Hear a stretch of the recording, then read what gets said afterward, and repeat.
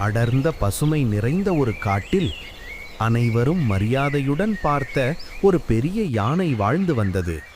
அதன் உடல் பெரிது, அதன் பலம் அளவில்லாதது.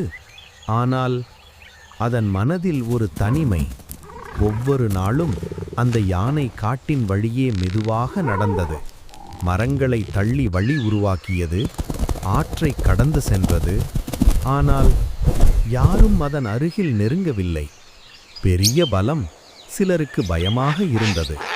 ஒரு மாலை நேரம் மென்மையான காற்றுடன் ஒரு பச்சை நிற கிளி பறந்து வந்து யானையின் அருகில் உள்ள கிளையில் அமர்ந்தது. யானை கேட்டது, "நீ என்னை பார்த்து பயப்படவில்லையா?" கிளி சிரித்தது, அமைதியான தெளிவான குரலில், "பலம் பயம் தரும்போதுதான் அது ஆபத்தாகும். ஆனால் கருணையுடன் கூடிய பலம் எப்போதும் பாதுகாப்பு தரும்." அந்த வார்த்தைகள் யானையின் மனதை ஆழமாக தொட்டன. அன்று முதல் யானை தன் பலத்தை மாற்றிக்கொண்டது.